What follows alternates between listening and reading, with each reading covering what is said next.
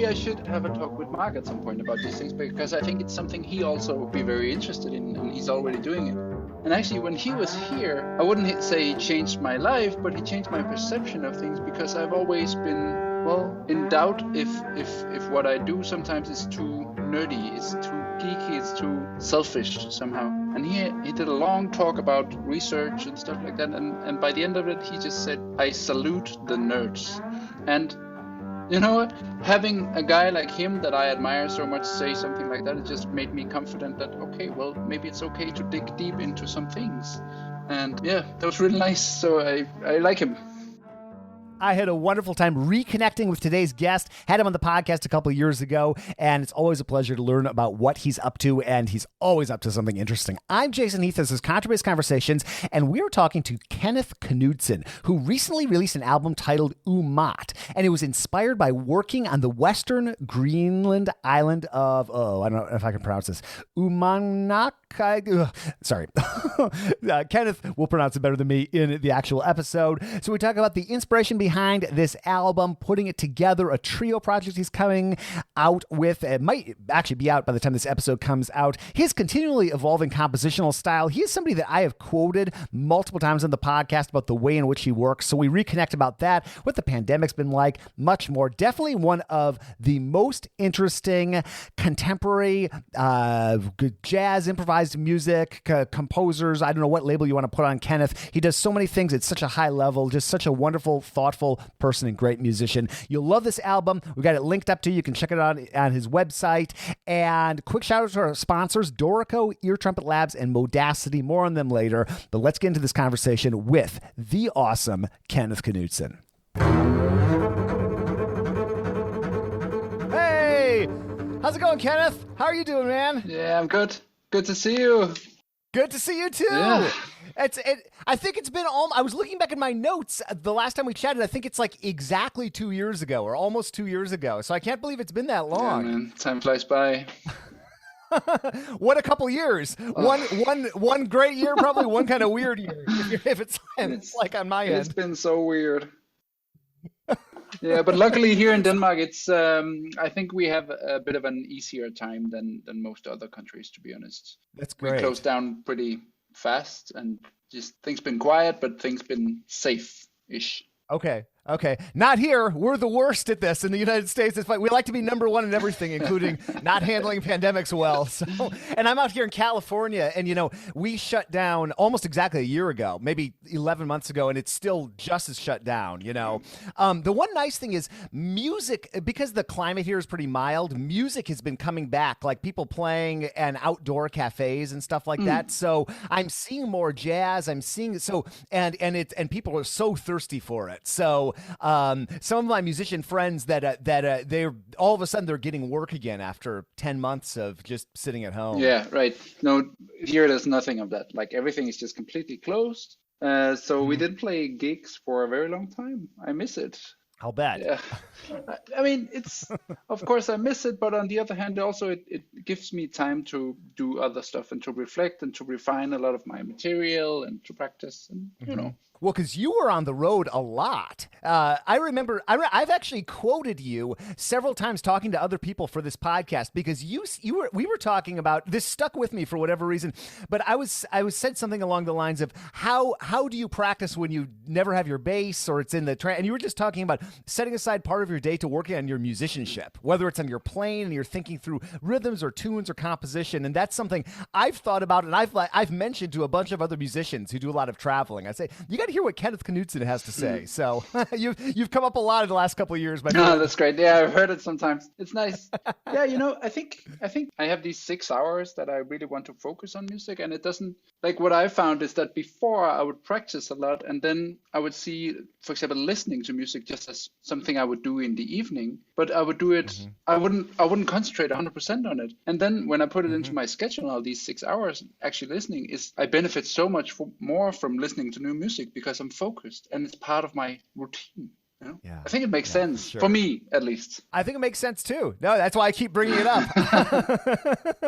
Yeah. Well, hopefully, it's looking pretty grim here still, but it looks like, my wife got vaccinated. She's in healthcare. I'm seeing more and more people. So hopefully we'll get some, the symphony here in San Francisco has started to do, nothing indoors, but they're playing indoors, no crowds yet, but things are slowly starting to pick up a little bit. I have a friend in Norway who plays in Trondheim, and he was saying that things are picking up a lot there too. It seems like countries in your region of Europe have fared a bit better than some others, like you were saying. So a little bit more things have continued to happen artistically, maybe. Yeah, I think so. Like right now I think they promised us that by June 30th we all have the two shots of vaccine, which I guess means that we can play from summer as we did before. But I hope we get to play a bit before. I have a tour in late April, but I still don't know. We'll see. Right. Well, I haven't. You can probably see my bass in the corner there. Right? That bass hasn't left this place in a year. My last gig, like many people, was almost exactly a year ago. I think it was first week of March, and it's just been sitting there, except for me practicing it ever since. So I know that I will never take going to a concert for granted again. I'm going to be the most active concert goer you've ever seen. And I think back to the gigs I was playing about a year ago and how I never really take anything for granted, but I was kind of taking it for granted, just, here's another playing opportunity. Here's this. It was all good, but I think I'm really going to treasure those moments in a way that I probably haven't before. Yeah, for sure. I mean, we had one opportunity to play in the autumn. We went on tour to Berlin just before the second lockdown, and after we crossed the border to Berlin, on the border to Germany, on our way to Berlin, we heard in the radio that now they closed the border. So we barely made it across, and we did the gigs, and then we went back home again and had to get tested and stuff like that. That was my one gig. Well, I was talking to John Goldsby yesterday, who plays in the WDR Big Band in Cologne, and he did a recording project in the UK, and it was like the 1 week that you could actually go into the UK, because the UK has been as bad as here, but somehow they had this little moment where they eased things, and he went, and it was a very small recording small in terms of number of people, but that was like the 1 week you probably could have gone from Germany to the UK and back. So it's crazy to see these things shutting and opening, and talking to friends of mine in Italy and Spain, that probably been hit the worst in Europe. It's pretty grim. Yeah, that was bad. Yeah. Well, you've been busy though, at least with this. So this and help me with the pronunciation. It's is it Uummat? Is that the pronunciation? Yeah, I think it's an old language, right? But I think it's Uummat. Uummat. Okay. But I don't speak Inuit language at all. I just it comes from Greenlandic and it means hot. And I think like the whole album I made, that's the title. And I've written it in that was actually my last tour before COVID hit. I went to Greenland for 2 weeks up on the west coast. What is Greenland like? There's one of those places I have been meaning. One of these days I'll get there. What's the landscape like? What time of year actually were you there? Was the summer? I take it. You probably don't want to go there in the winter. No, I went there in February. Oh yeah, wow! Okay, so what's Greenland like in February? Well, it's everything. It's beautiful and also very dark and grim. And I think that's why I felt like that was a perfect scenery for composing music, because I was sitting there in my cabin, and it's not just Greenland. It was up on the north of the polar circle, and we were on an island, and there was just nothing. Like you could hear the sleigh dogs, and they said there were polar bears around, and it was really, really wild. And 3 hours of sunlight every day, and minus 35 Celsius degrees. Wow. Yeah. that's what every it seems like if you think of what a composer would want, it would be some sort of isolated cabin out in the middle of nowhere. You hear about Mahler going off and writing, or so many famous composers. Sounds like that's everybody's dream, kind of, to do something like that. But boy, 3 hours of sunlight a day, that's pretty great. I've only experienced the opposite. Like I've been up in St. Petersburg in the summer, and there the sun really never goes down, right? It's 3 a.m. and you're walking around. But did that, and you were there 2 weeks, you said? We were there I was there as an artistic director for a youth ensemble with young people from Denmark, Sweden, Greenland. and Finland. So that was a part of the tour that we went to Greenland for 2 weeks. And then we got to work with up there. It's called Uummannaq, and there's around 1,000 people living on the island. But they have a children's home, kids from all over Greenland, which is another story in Greenland because it's not going too well for some kids up there. So that was just a big part of the whole experience to visit those kids. And there's a woman who lives in Uummannaq now. She's from Venezuela, and she brought El Sistema to Uummannaq. So they have, even though there's only 1,000 people living there, they have a small symphony orchestra. It's beautiful. Wow. Yeah, I love it. So we got to play with them, and I mean, it's not the highest level of musicianship because it's kids and they only learn from the El Sistema, but it has so much heart and it's beautiful. Wow. How cool that one person just come from another country and start up an orchestra in a remote location. Boy, I wonder what that experience must have been like for her going from Venezuela to Greenland. I can't think of a bigger contrast from like this tropic.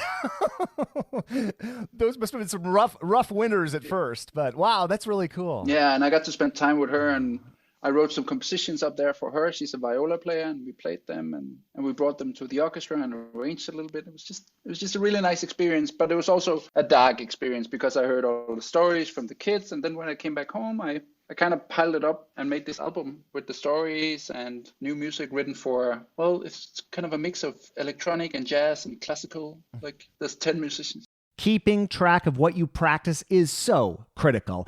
And my practice companion, Modacity, it does it for me. It's so awesome. Here's Modacity founder and CEO Mark Gelfo on how this works. Accounting before the spreadsheet was manually handwritten ledgers, and that's where most musicians have been for the last 200 years. And it's time to automate that and save some time and let people focus on what's really important, which is performing on their instrument. And that is exactly what Modacity has done for me. I feel so much more focused and energized and enthusiastic about practicing. I love this app so much. You can learn more at modacity.co and visit our website for a special offer for lifetime access for this app. Such a cool piece of technology. And thank you so much for sponsoring the podcast, Modacity. This episode is brought to you by Dorico, the advanced music notation software from Steinberg. And one of the features that perplexed me at first, and then I realized its brilliance, is their concept of flows. Here is Daniel Spreadbury, Senior Product Manager, on what flows are and how they work. The ability to have multiple exercises or multiple songs or whatever, it's so obvious because music is very rarely just one through composed bit from start to end, whether it's a show or a symphony or a sonata or a songbook or whatever. Music's in sections. That's just how it works. That is how it works, but that's not how most music notation software works. And the ability to break things up like that, oh my goodness. When I'm creating exercises or anything of the sort for my students or any sort of project that I have going, that makes organization so much easier. Exporting is a breeze. Everything that you do in Dorico is beautiful from the get-go, which is really cool coming from other pieces of software. Check them out at Dorico.com. That'll take you to their site on Steinberg's website. And they have a free product called Dorico SE where you can do practically everything that you can in the full version of Dorico for up to 2 parts. That's more than enough if you're doing bass duets or anything of the like. Thank you so much for sponsoring the podcast, Dorico.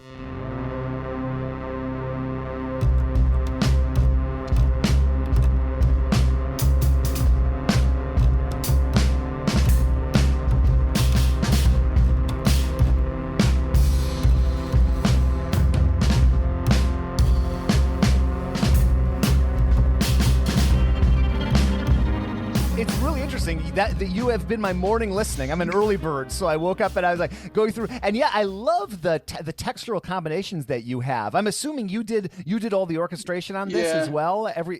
What a great! I love your palette. I mean, I remember that from listening to your previous works that you put out. But it's really cool how you put all these different elements together. It's fascinating listening. It's like a musical buffet kind of texture. Thanks. Well, it's fun, right? But it was also a tricky process because you have to break a lot of rules in order to make these things work. And there's a lot of aesthetics that you kind of have to evaluate all the time. If this is a good way to do it? Will people slaughter me because I do this? And but all in all, I really like the album. I think it's stronger than my previous work, and I was hoping to tour a lot with it now, but it never happened. But hopefully we can still catch up on it after COVID disappears. Yeah, well, this would be a fascinating thing to hear on tour, just because it's got this symphonic, might be the wrong word, maybe it's the right word, but it's so texturally rich. It's how much of this, like when you were in Greenland, did you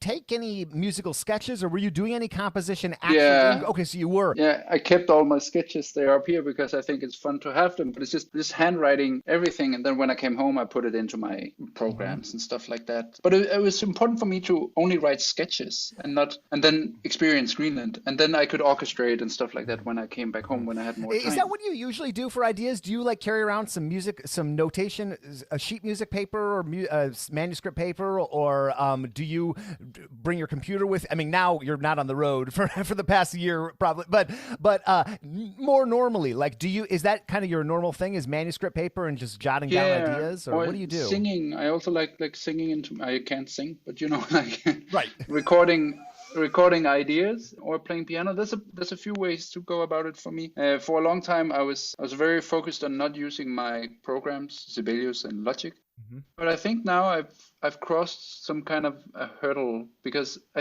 now I trust my own musicality, and I trust that I can hear things. So I don't let the computer do the work for me, which is something I did before. Like in my early composition years, I would just sit by the computer and type in stuff, mm-hmm. And then I made a song. but then I skipped that, because I think it took some heart away from the music somehow. Mm-hmm. But now I'm slowly coming back to it, because it's a great tool if you use it carefully. Yeah, it's a great tool, but the ease of composition, it's like, oh, I can just copy paste these 32 bars to do this, or I can move this up or down. It's so easy that it's almost too easy. But of course, you get some experience under your belt, and it's a incredible tool, with the proper experience. Wow. Yeah. I mean, one of the things that I really find helpful is the playback function of things, because, I mean, I play piano, but I'm not a pianist. So, for example, working with voicings or harmony and stuff like that, it's just nice to have something played back to you, mm-hmm. and then add stuff on top of that, if that's part of the composing process. But it's different every time. How many ideas I'd love to know how many ideas come to you on the bass. And I ask that because I was just talking to this wonderful composer here in the U.S. named Dave Andersen, who actually, he's a bass player, but he's written a lot of full symphonic music. And I was talking to him a couple weeks ago, and he said every idea for him comes to him on the bass. He just sits down every day. He plays in a bunch of funk bands in New Orleans. And so he just always starts by improvising on the bass, and then it goes into Sibelius or Finale or whatever. Do you get a lot of your ideas actually on the bass for what, even if it doesn't end up being like a bass forward composition? How does that work for you? Yeah. No, I think, to be honest, when I'm composing a lot, it's because it's always bound up on deadlines, or mostly, right?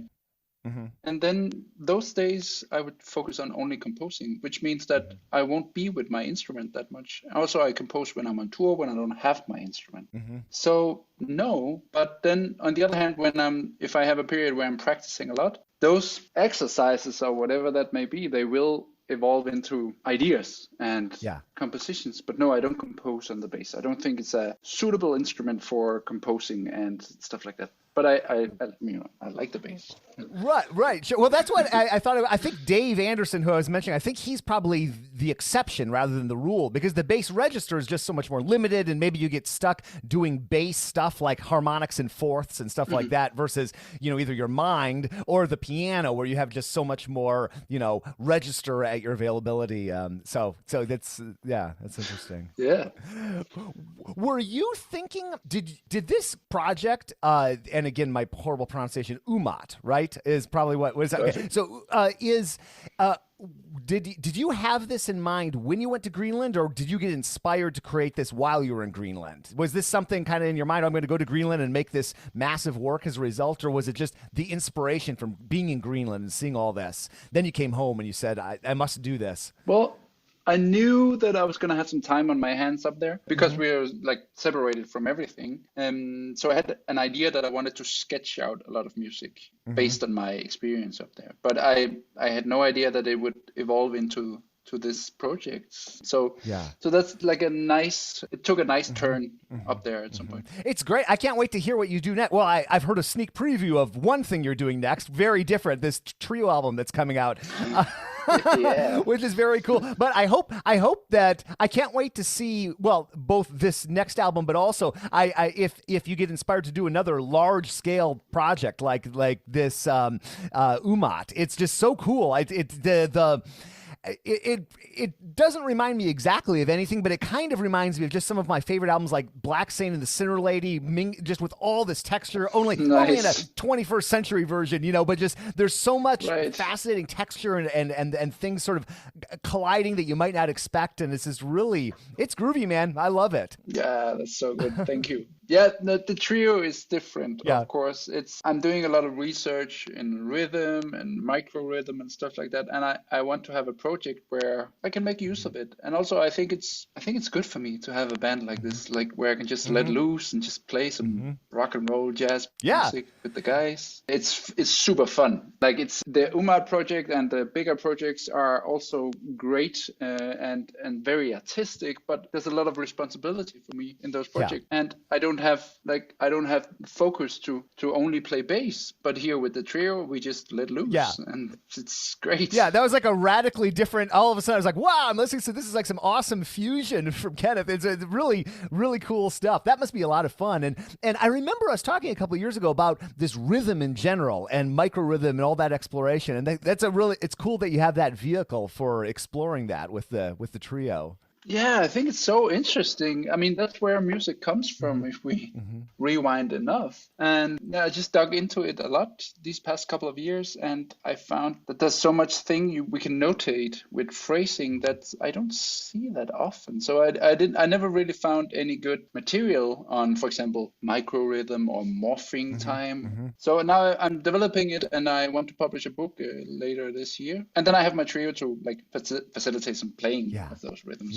Yeah, that's great. I can't wait to check that out once it gets, because you've put something together a few years ago though, right? Like 2015, 2016, something like that. I remember seeing, didn't you put together some sort of materials? Yeah, I did. I did an ebook was basically just a catalog of polypulses and polyrhythms, which was super nerdy. And this is even nerdier, but now I want to do like a proper printed book because I think it's important, but I also think it's just, for me, it's a step in the right direction as an artist and educator that I have a product with the things that I like to study still. Well, I look forward to checking that out. That's great. I love projects like that. A friend of mine here in California, Mark Dresser, who well-known name. Of course. Yeah. So, Mark, right. And Mark, it's been fun to get to know him over the years. He's down in San Diego. And he's gone through this extensive research into harmonics on the bass. And it's so cool. Like what a specific thing. Oh, hey. Actually, I have. There we go. This is Mark's composition for polypulses. Wow. Yeah, he was here half a year ago or something. Because we have a common friend. The guy who helped me, he plays viola on the Uummat album, and he helped me a lot with the orchestration. He also plays with Mark Dresser when Mark is here. Oh, wow. Okay, that's cool. Yeah, Mark is such a fascinating musical path that he's on and has been on for years, and I just love. I've got a chance to see him a bunch of times live, but I love that bass he has that has the pickups built into the fingerboard, so that all the light brown one. Yeah. So you're getting all the afterlinks of the strings, and it's just so cool. It's been really interesting too to see. I've been at several bass events with younger people, and Mark, who don't know anything about contemporary music, and so Mark comes in with that bass, and the kids are looking around. They're like, "What is going on?" And he just sucks them in. It's such a really cool way. He's so good at just sort of showing all the possibilities that you can do on the bass, and it's really cool to see. I've got some footage from a few years ago of him like doing a master class, and he's got everybody getting these bowing at a certain place on the string, getting different harmonics, and it's really he's a real pioneer. So that's cool. I love that. I can't wait to check out this micro rhythm, more fleshed out work that you're working on. That's cool. Yeah, maybe I should have a talk with Mark at some point about these things, because I think it's something he also be very interested in, and he's already doing it. Yeah. And actually, when he was here, I wouldn't say he changed my life, but he changed my perception of things, because I've always been, well, in doubt if what I do sometimes is too nerdy, it's too geeky, it's too selfish somehow. And he did a long talk about research and stuff like that. And by the end of it, he just said, I salute the nerds. And you know, having a guy like him that I admire so much say something like that, it just made me confident that, okay, well, maybe it's okay to dig deep into some things. Yes. And yeah, that was really nice. So I like him. After several years of planning, I'm so happy that my course, Beginner's Classical Bass, is out on Discover Double Bass. This course is made up of 66. Yes, that's a lot. Video lessons which cover a wide range of topics on classical double bass, starting from taking your bass out of the case, which is very fun, to film, and Jeff Chalmers of Discover Double Bass and I have a great blooper reel about that, and leading to different bow strokes, such as staccato and portato. The topics also include posture, simple scales and arpeggios, left-hand technique, bowing technique, simple pieces which are fun to play, practice tips, and much more. You can learn more through the link in the show notes, or just visit discoverdoublebase.com/Jason Heath. This episode is brought to you by Ear Trumpet Labs. These are hand-built microphones out of Portland, Oregon, and they make an excellent mic for upright bass called Nadine. Barry Green got to try this mic at our 2020 online bass summit, where Ear Trumpet Labs was a sponsor, and he was singing its praises all weekend long. It's an instrument-mounted condenser mic with an incredibly clear, natural sound and great feedback rejection. It's durable and works with in-ears, monitors, you name it. Not to mention, Christian McBride, Barry Bales, and Missy Raines are all Nadine users. Whether it's classical, jazz, Americana, or bluegrass, this mic seriously delivers, and they're offering a free t-shirt, especially to Contrabass Conversations listeners, with a purchase of a mic. Just visit www.eartrumpetlabs.com/contrabass to claim yours and check out Nadine. That's great. That's great to hear. That's great advice from Mark too. And any of the nerdiness certainly doesn't come through in the external product of your music. I would never think, it's so interesting and groovy and accessible no matter what you're doing. So, have you ever played? Now you got me thinking about Mark. Have you ever experimented? Something he's really into is telematic music, like playing with musicians in other parts of the world. Have you gotten into any of those projects or check that out? What was his latest? Deep Tones for Peace? Deep Tones for Peace. And that originated from a project back in 2009. And it was a collaboration between some bassists in Israel, the United States, Europe, Western Europe, and maybe a couple, I think maybe even South Africa. And it was on this university level broadband that made it, it wasn't real time, but it was, just because you can't connect real time doesn't mean you can't have a musical interaction, right? You can't play like probably 140 beats per minute bop or 200, that might not work, but you can still, and then the possibilities that opens up, like what if you can have a concert with somebody from Tel Aviv and San Diego, and so he's done a lot of explorations in terms of that. And he really blew my mind thinking about that because especially during this pandemic, people are thinking like, we can't play together. How can we play together? And without being in the same place. And that is an issue. Like if you and I were going to get our basses and try to play on Zoom, it wouldn't happen the way we'd expected. But with the right technologies, you can have a musical collaboration. It might have a different sense of rhythm, but it doesn't mean that you can't collaborate. And so that's been kind of the journey he's been on the last 12 years, maybe something like that. And it's really fascinating. So I was just curious if you've gotten into that world, because if you start to really think about it and check out some of these collaborations, there'll be audio visual, and it's kind of like a cultural collaboration as well as a musical collaboration. And it's trippy to be just like sitting in wherever, here, me in California, and just like experience this like worldwide musical collaboration happening in real time.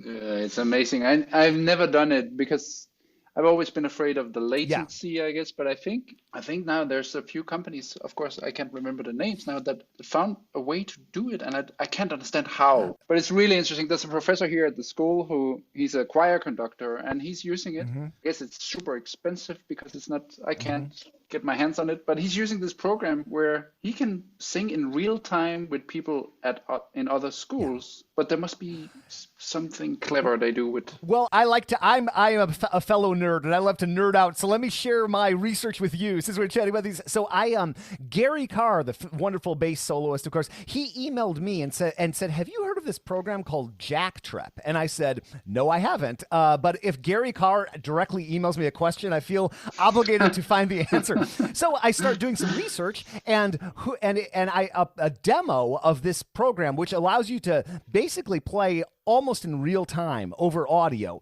is what this technology is. Well, there were two musicians demoing it. One of them was Mark Dresser. And so I thought, okay, well, the other one is named Michael Dessen, who's he's a trombonist and a professor at one of the University of California schools here. So I got into this. And so I will make the story short. It could be very long. This technology is it's almost ready for prime time. Right now, it's like a university technology. You can use it on your regular broadband, but you need to get into the terminal on your computer. You have to like type some code, and it's just a little bit like I could never ask a student of mine to like set this up. It's way too complicated. Like you and I could set it up, but if you are within a certain geographic distance, you can play with maybe 15 milliseconds of delay. Well, 15 milliseconds of delay, that's no different than being on the bandstand with somebody, you know? And so something Mark and Michael were talking about with me is, you know, if you start to really think about latency, if you think about playing in a symphony, between the back of the first violins and the basses, you could have many milliseconds. You know, it could be much more than that, and yet you're still able to play together. So, but I think anything under 25 milliseconds of latency feels like real time to most people. You know, it might be like on the bandstand, but not right next to the person. But so you're limited by the geography, and the reason why is because light only travels so fast. So I could collaborate with Mark Dresser. He's about 300 miles from me. We could play almost in real time. I could try to play with someone in New York City. They're 3,000 miles away, but there would be a bit of delay.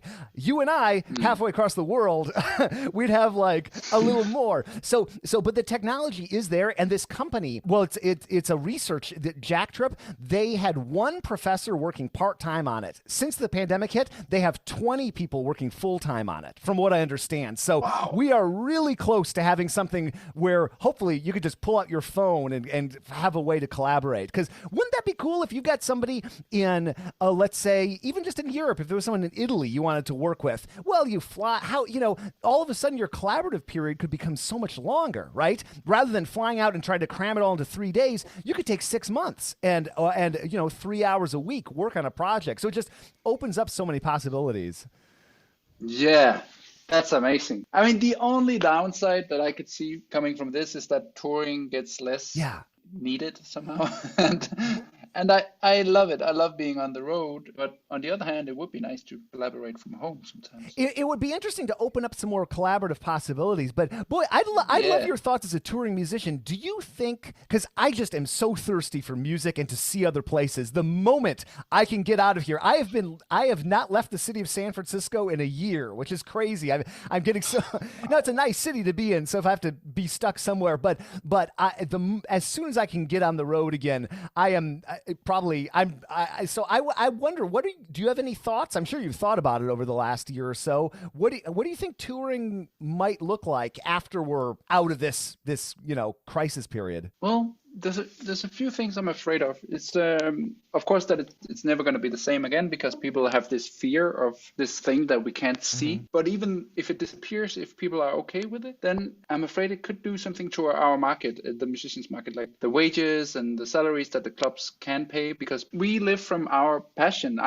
You obviously are as well, like super passion driven. Mm-hmm. That's our fuel. And then if that becomes more important than keeping the salaries up, then we could see like inflation of the market on what we do, because everyone just wants to play now and tour, and I feel the same way. I just want to go go play, but I think we have to be careful. That's a downside, and then the upsides is that now we're gonna just appreciate it much more when it comes back. Live music and the world in general are gonna appreciate it more. I hope. So I'm really looking forward. I just think we need to be a little bit careful, of course, not to get overexcited. Right. Yeah, it's good. I'm trying not to get overexcited myself, but as soon as I start to think about, I got it. And my hope or fear is the venues. How many of the venues will survive? And here in the United States, again, we're the worst at this pandemic, it seems. And so many places have shut down or are shutting down. But here in California, it's, so many places had shut down in San Francisco already because of just the incredible expense to this place. In a way, I wonder if, and all there's this tech money that's been here and tech workers are fleeing. So it might, the hope, and actually I'm seeing this to an extent, is that we might get some new venues opening up, because I've lived in my neighborhood for 3 years. We've already lost 2 of our music venues, over these last few years before the pandemic. I've actually seen a couple of new places start to have bands and start to have live music. So who knows what that'll look like, what it'll pay, but it'll be interesting to see what happens. Well, I think one of the things that could happen is that here in the pandemic, when everything was locked down, what people made use of a lot was the arts, like whatever that music or movies or whatever. So maybe with that appreciation also comes a lot more, maybe funding for new things to flourish and happen. I hope so. That's what I see here in Denmark already, that we're actually starting to take care of what's left of the arts now, so it can be rebuilt. Yeah. Because if we don't have the arts, what do we have? Just a bunch of malls and sameness all over the world. And it's, I don't need to beat up on the U.S. any more than necessary, but, it's talking to some of my friends. One of my former students is principal bassist of an orchestra just outside of Cologne in Germany, and just talking about how he has fared in his orchestra. Everybody's still been on salary. They're making it work project-wise.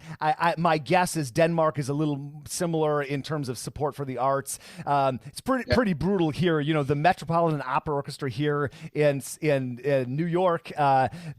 Everybody's laid off, no salary for maybe it'll be a couple years or something like that. And some places are doing better, some are doing worse, but it's pretty brutal to see. So we'll see. This country hasn't been great for supporting the artists in general. So, and then that's the scary thing about touring is so many people, because album sales are not a revenue like they had been 25 years ago. Touring's what you have, right? In so many ways. And then if that gets taken away, you've taken everything away. It's a little scary if you start to go down that rabbit hole. Yeah. I mean, I guess a lot of artists found, they learned new skills, I think. Yeah. It's nice as a student to be able to access, for example, master classes now with all the great players because they learned how to do it. Yeah. Right?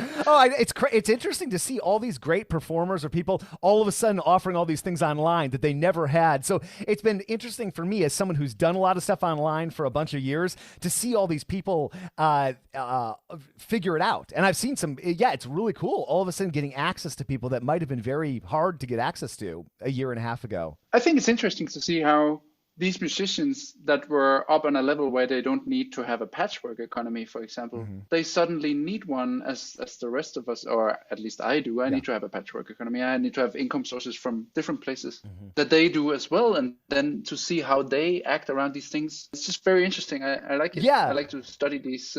That's a good way to put it. That's a very articulate way to put it. Because it's been interesting. Like some of these musicians here, if I think about my world, which is more the classical world, people who've gotten to be principal bass of the San Francisco Symphony, or not to use him as an example necessarily, but someone in that position, they haven't had to maybe diversify. Actually, that particular person, Scott Pingle, has diversified. He does all sorts of things, but a lot of musicians, you get to the top, you've been so focused on what you do that you haven't built a patchwork economy for yourself or a portfolio career. I think as someone in the jazz world, you're a little more you have that skill maybe a little bit more than some other people who maybe went the university route exclusively or went, like the classical orchestral performance route. You're used to not necessarily relying on everything. Of course, taking touring and everything away is like a major blow to anybody. But I think the average musician based in the jazz world might be a little bit more resilient or used to making pivots like that. But my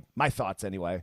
Yeah, I think so. I think we've always been used to like digging our own path as we walk it, working with different projects all the time, whether that way maybe like a tour, but of course be recording or recording new music and then applying for funds. I think there's a lot of opportunities, but it's definitely a big blow that they took away the touring, because that's where it's all like focused around, right? Like we go on tour and then that facilitates that we compose new music and then we apply for funds and we meet new people. Like that's the facilitator, and it's gone. So now we had to find new ways to do it. Yeah. I was supposed to go on tour in Japan, for example, and that didn't happen, of course. But then we've kind of found a way to record the material like separately and then publish it on YouTube and then postpone the tour for 1 year. So at least we still did something. Yeah. You know. Yeah. Right.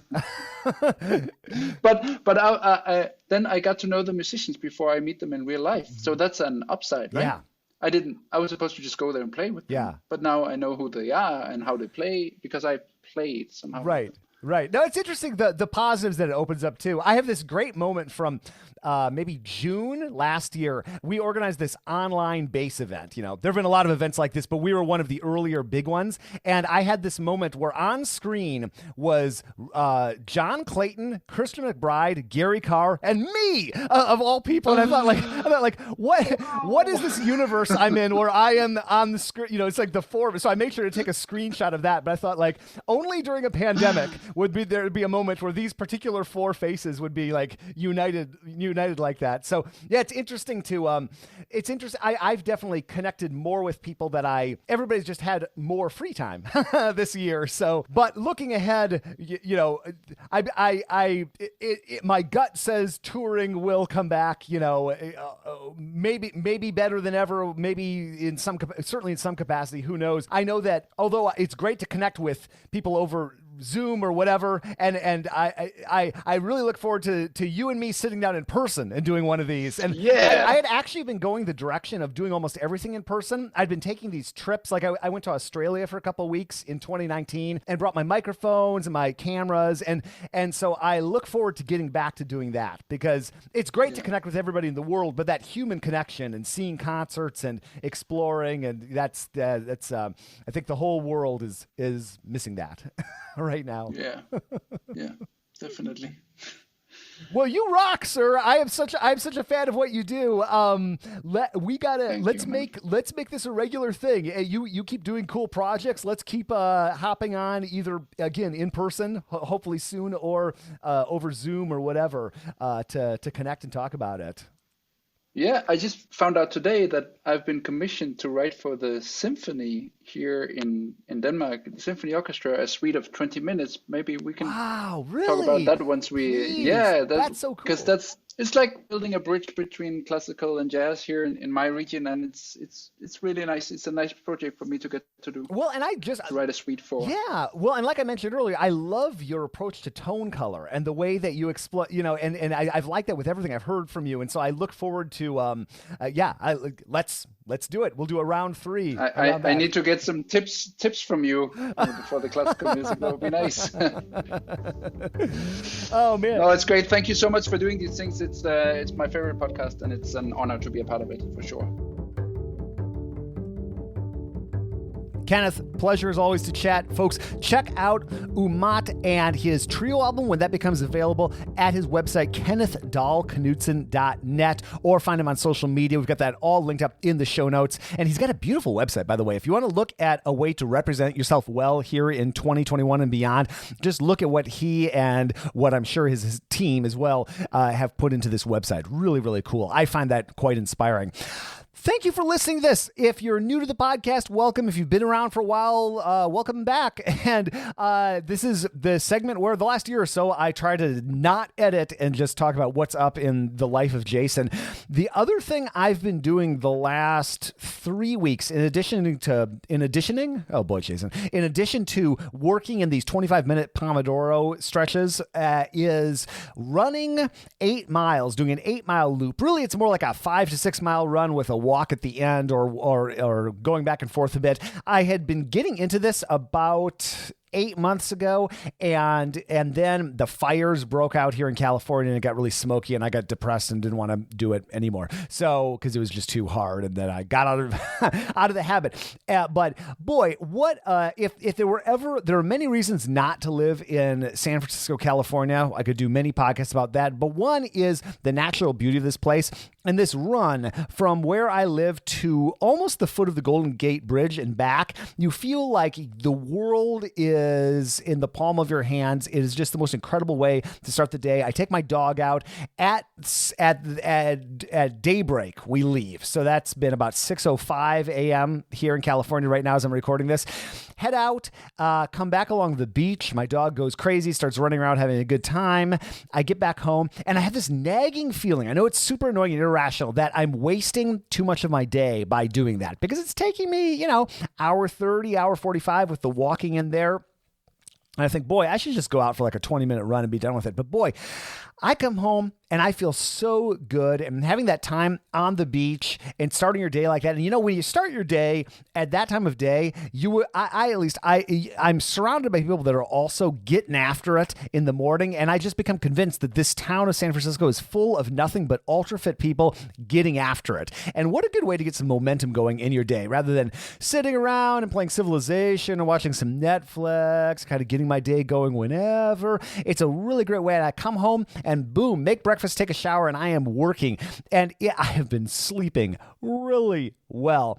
And it's one of those things that I had been doing maybe 2 times a week, and I thought that my 45-year-old body just couldn't take it. But as I get into it, I started off 3 weeks ago, and I did it, but it was really like a run walk, because I hadn't been running long distances recently. Not that that's the longest distance, but it's long enough to do like a few times a week. And this week, it's Thursday. I did this Monday, Tuesday, Wednesday, and Thursday this week, and I probably felt better this week than I have in a long time.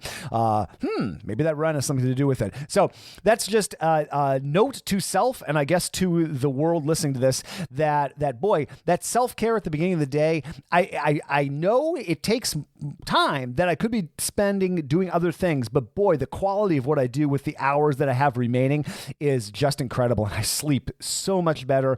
I just feel so. I hope I continue doing it. I don't want to make myself. I don't want to. I've got this rebel streak where I don't want to feel like I have to do something, but I have been getting in that habit, and I know that's a good habit, and it has been a really fun way to start the day. Okay, just sharing here. I will close out and thank the team: Michael Cooper, Steve Hinchy, Mitch Mooring, and Trevor Jones. Mitch makes beautiful bases in the Dallas-Fort Worth area, Kilgore, Texas, just east a couple hours. Check him out on his website. Beautiful website as well, by the way, mitchmooring.com. Check out his award-winning bases, and he's just good people all the way. I'm your host, Jason Heath, and we'll see you again soon for more life on the low end of the spectrum.